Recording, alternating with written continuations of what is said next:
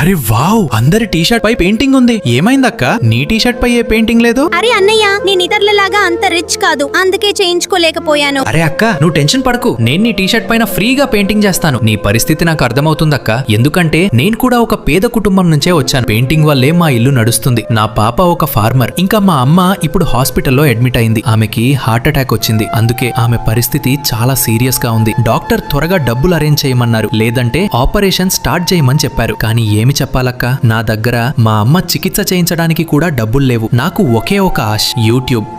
కానీ ఇప్పుడు అందులో కూడా ఏం చేయలేనేమో అనిపిస్తుంది. ఎందుకంటే ఎవరూ నన్ను సపోర్ట్ చేయడం లేదు. నేను రోజు కష్టపడినా కూడా నా సబ్స్క్రైబర్స్ పెరగడం లేదు, కేవలం నేను పేదవాడిని కాబట్టి. అరే అన్నయ్య, నీ మాటలు విని చాలా బాధగా ఉంది. కానీ నువ్వు టెన్షన్ పడకు, నాకు పూర్తిగా నమ్మకం ఉంది. మంచి వాళ్ళు ఈ రోజు నీ వీడియోకి లైక్ చేస్తారు, ఛానల్ ని సబ్స్క్రైబ్ చేస్తారు, మరియు నీ అమ్మ త్వరగా కోలుకోవాలని కమెంట్ లో ఒక రెడ్ హార్ట్ పెడతారు. చూడక్క, నీ టీషర్ట్ పై పెయింటింగ్ అయిపోయింది. అరే వావ్ అన్నయ్య, నీ చేతుల్లో మాయ ఉంది.